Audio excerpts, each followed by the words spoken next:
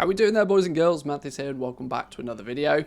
So today I wanted to showcase another little build that I've put together to hopefully make it a little bit easier for you guys to make some gold at the start of Dragonflight.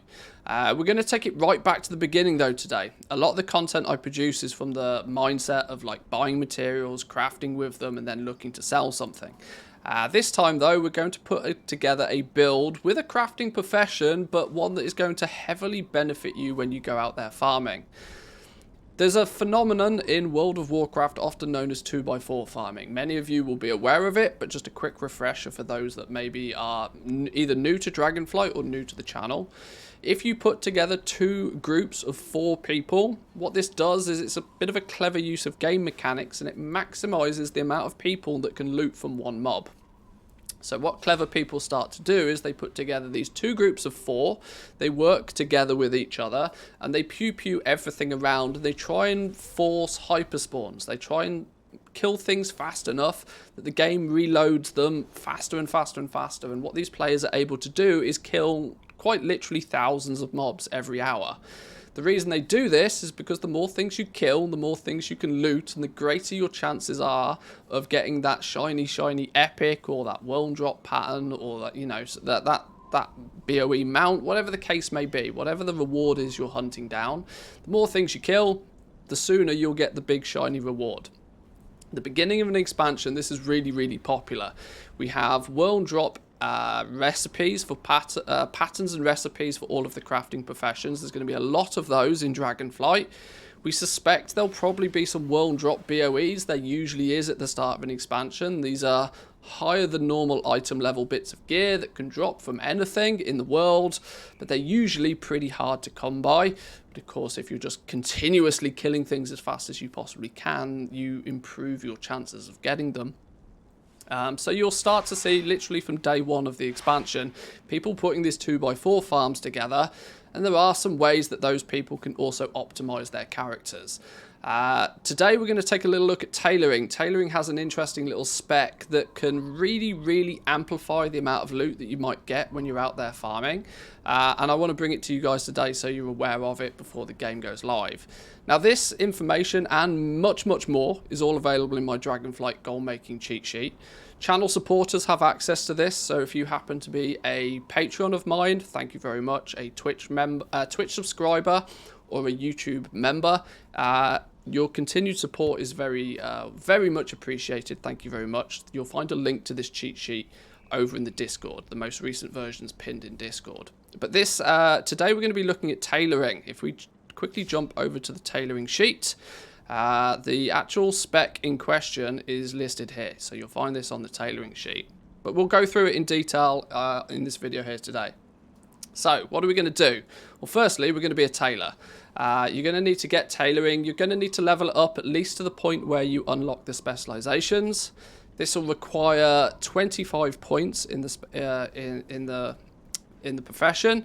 My cheat sheet also has full leveling guides for all of the professions as well, so you can do this really quickly and easily. Once you've unlocked the spec trees, you can start putting some points in, and this is where it becomes important to put the points in the right places. We're going to start off with the tailoring mastery tree. We're going to put 10 points in tailoring mastery, not for any specific reason, but just because it allows us to unlock one of the sub-specs. And then our main focus is going to be on this one, the cloth collection tab. Cloth collection can really amplify the amount of cloth that you as a tailor loot. Now, the way that cloth gathering works is that anybody can gather cloth. If you kill enough things, you'll get cloth drops.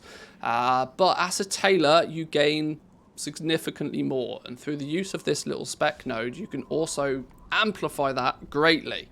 You could gain 1% increased cloth drops for every single point that you put in this, and you can put up to 50 points in this. So quick maths, 50% extra cloth drops just for being a tailor and putting your points on this node. But it gets better still. Each one of these little sub nodes all the way round is also increasing the amount of cloth drops.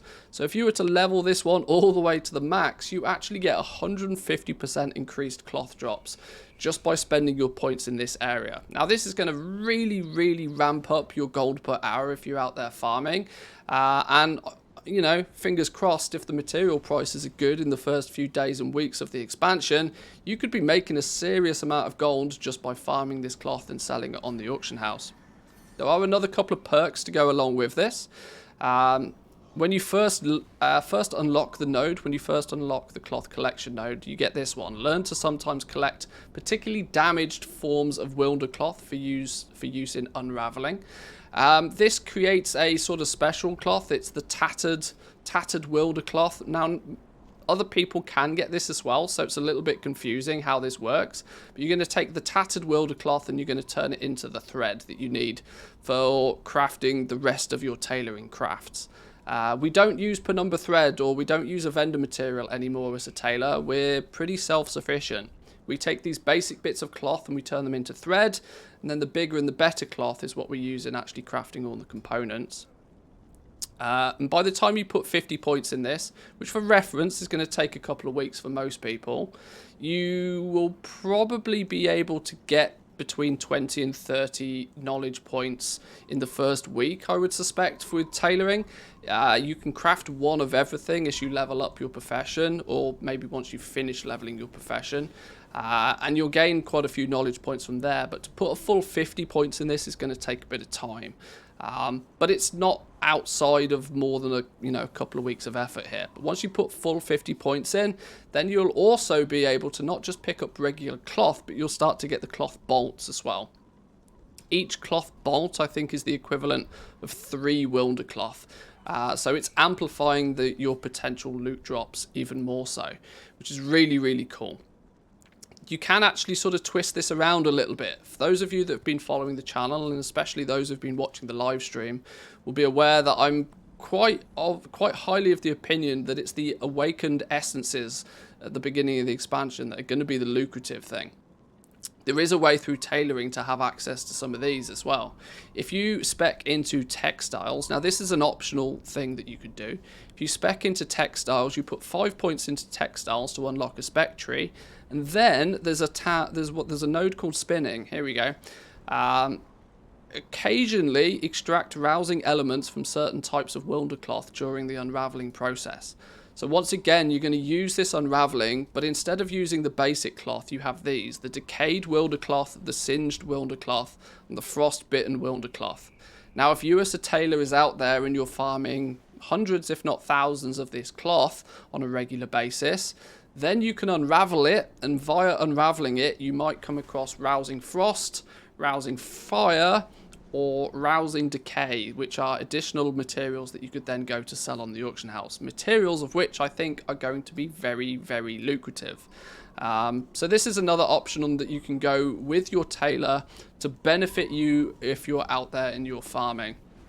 It's not very often we find that the crafting professions sort of heavily influence what crafters are able to do, but this might be a good thing to have set up. Let's say, for example, you're primarily 2x4 skinning, which became a very popular thing with Corthia and with the patch 9.2 changes to skinning.